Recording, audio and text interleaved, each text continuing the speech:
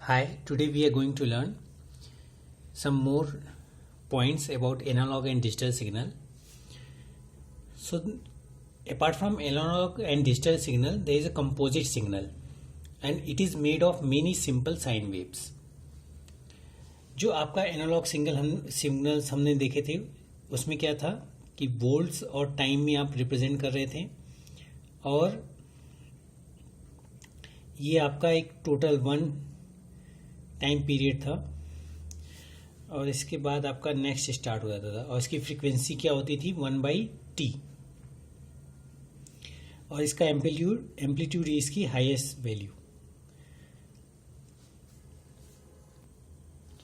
अब इसी sine wave को अगर मुझे फ्रीक्वेंसी डोमेन, ये टाइम डोमेन में हमने रिप्रेजेंट किया था, अगर इसको फ्रीक्वेंसी डोमेन में रिप्रेजेंट करना हो तो क्या करेंगे, एम्पलीट्यूड इसका a, जो इसकी वैल्यू है a, और अगर ये टाइम पीरियड आपका 0.5 सेकेंड है, ठीक है, तो फ्रीक्वेंसी क्या होता है, हर्ट्ज में रिप्रेजेंट करते हो और 1 सेकेंड में कितना वो कंप्लीट करता है। तो यहाँ पे अगर मान लो 1 सेकेंड है तो 1 सेकेंड में एक टोटल 2 साइकिल्स कंप्लीट करता है, तो 1 2, तो 2 पे इसकी हाईएस्ट एम्पलीट्यूड वैल्यू आएगी।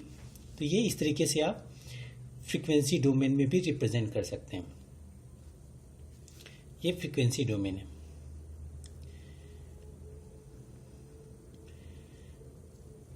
तो कंपोजिट सिग्नल्स क्या होते हैं, अगर आप किसी से बात कर रहे हैं और केवल एक सिंगल साइन वेव आपका क्रिएट हो और डेस्टिनेशन पे पहुंचे तो वो मीनिंगफुल नहीं है, क्योंकि आपको बहुत सारे डेटा सेंड करने होते हैं डिफरेंट फ्रीक्वेंसी पे। तो इसलिए कंपोजिट सिग्नल्स की बात की जाती है। तो कंपोजिट सिग्नल्स में बहुत सारे आपके साइन वेव्स पहले ट्रेवल करते हैं, ठीक है। Bandwidth, the range of frequency contained in a composite signal is known as bandwidth. तो बैंडविड्थ में क्या है कि जैसे आपको मोबाइल में आपसे कहा जाता है कि इसकी बैंडविड्थ 200 मेगाहर्ट्ज से 300 मेगाहर्ट्ज है किसी सर्विस प्रोवाइडर की, तो वो उसकी बैंडविड्थ है। 200 मेगाहर्ट्ज से 300 मेगाहर्ट्ज के बीच आपका डेटा ट्रांसमिशन होता है। तो bandwidth of A composite signal is the difference between the highest and lowest frequency contained in the signal. तो अगर आपका इस तरीके से हम फ्रीक्वेंसी डोमेन में रिप्रेजेंट कर लेते हैं, तो फ्रीक्वेंसी डोमेन में किसी की बैंडविड्थ जैसे 1000 से 5000 के बीच में है, तो फ्रीक्वेंसी डोमेन में हम इसको किस तरीके से रिप्रेजेंट करेंगे, ऐसे लाइन से, ठीक है।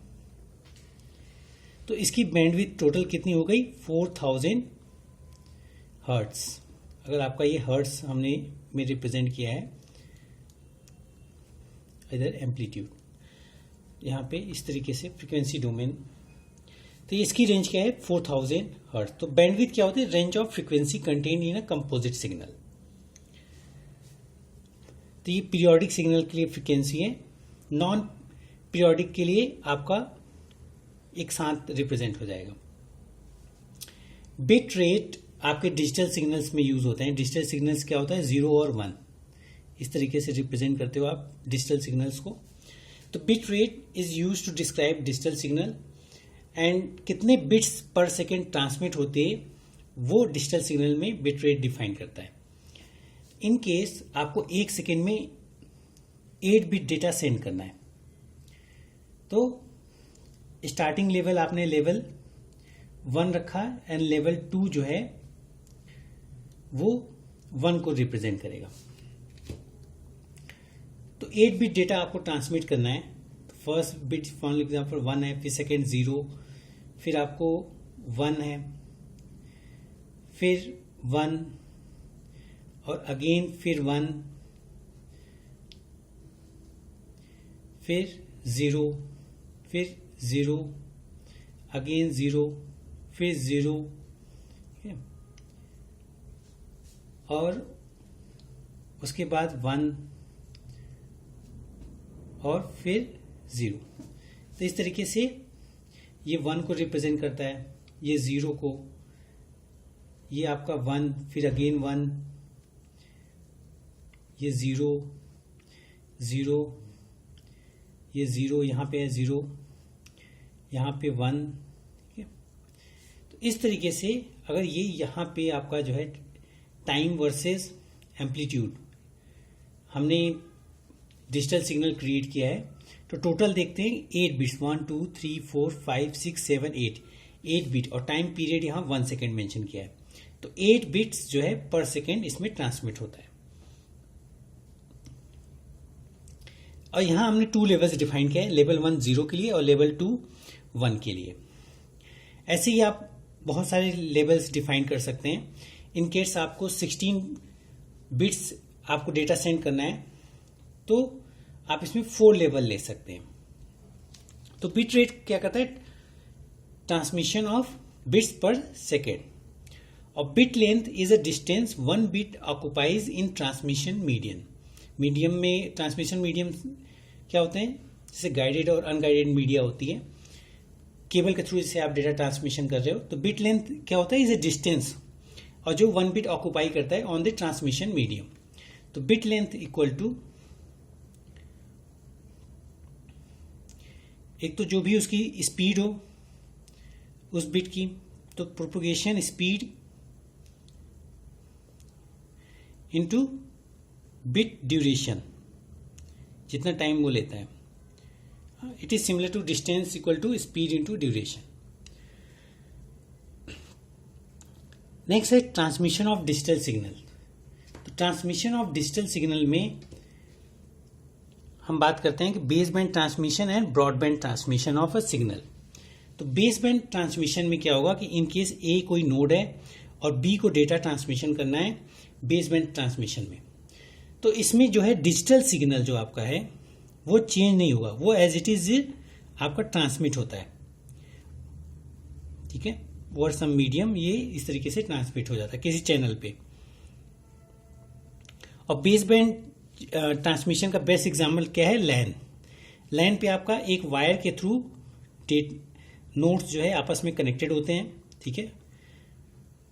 और इसमें इस वायर में विदाउट जो है डेटा का सिग्नल चेंज किए हुए डिजिटल टू एनालॉग या एनालॉग टू डिजिटल, सिर्फ डिजिटल फॉर्मेट में हम डेटा ट्रांसमिट करके हम डेस्टिनेशन पे पहुंच सकते हैं। तो ये बेस बैंड ट्रांसमिशन है। And base band transmission requires low pass channel. तो लो पास चैनल क्या होते हैं, जो 0 से स्टार्ट अगर आप करो तो लो पास चैनल होंगे।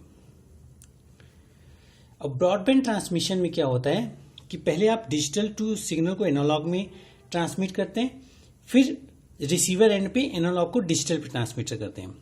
इन केस कोई कंप्यूटर ए है और उसको डेटा ट्रांसमिट करना है बी को, तो ए में सारा इंफॉर्मेशन किस इसमें स्टोर है, 0 और 1 में डिजिटल फॉर्मेट में। तो एक मॉडेम यूज करेंगे। तो मॉडेम क्या करेगा, इस डिजिटल सिग्नल को एनालॉग में कन्वर्ट कर देगा, और फिर एनालॉग सिग्नल्स को आप किसी बैंड पास चैनल के थ्रू, इसमें बैंड पास चैनल यूज करेंगे, बैंड पास चैनल के थ्रू किसी मीडियम पे आप इसको ट्रांसमिट कर देंगे। और फिर ये जब रिसीवर एंड पे पहुंचेगा तो वहां पे एक अनदर मॉडेम यूज होगा, और ये मॉडेम क्या करेगा, इस एनालॉग सिग्नल को डिजिटल सिग्नल में कन्वर्ट करके बी को ट्रांसमिट कर देगा। So this is broadband transmission. और ब्रॉडबैंड ट्रांसमिशन क्या होता है, जब आप इंटरनेट कनेक्शन लेते हैं through dial up connection phone के थ्रू, ठीक है। तो लैंडलाइन में आप जो है आपका कंप्यूटर डिजिटल है, डिजिटल इंफॉर्मेशन स्टोर किया हुआ है, मॉडेम उसको कन्वर्ट कर देता है एनालॉग सिग्नल में, फिर वो फोन लाइन के थ्रू डेटा आपका ट्रांसमिट होता है और फिर डिजिटल सिग्नल में कन्वर्ट होकर रिसीव हो जाता है। So this is transmission of digital signal. Thank you.